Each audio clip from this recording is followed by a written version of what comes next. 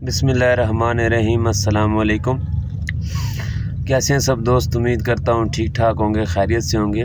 दोस्तों, आज की वीडियो जो है ये एक कंप्रेशन के बारे में है। ये इस गाड़ी का इंजन हमने चेंज किया था, तो ये बिल्कुल न्यू असम्बली है। इसका कंप्रेशन टेस्ट करके तो मैंने वीडियो बनाई है, क्योंकि कुछ दोस्तों ने अक्सर जो है वो कमेंट में पूछे थे कि एक नए इंजन का कंप्रेशन कितना होना चाहिए, तो इसलिए मैंने वीडियो बनाई है। तो जैसा कि वीडियो में अभी आपको नज़र आ रहा है, ये जापानी आल्टो गाड़ी है 660 सीसी, और इसका हम कंप्रेशन चेक कर रहे हैं। अभी मैंने गेज लगाई है, तो देखें सेल्फ मारने के साथ इसका कंप्रेशन जो है वो ऑलमोस्ट 200 PSI को टच कर रहा है, तकरीबन 120 kg/cm²।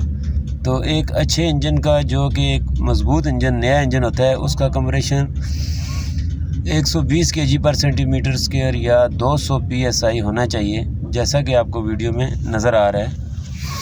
वीडियो पसंद आए तो लाइक ज़रूर कीजिएगा और कमेंट में बताइएगा ज़रूर कि वीडियो आपको कैसी लगी।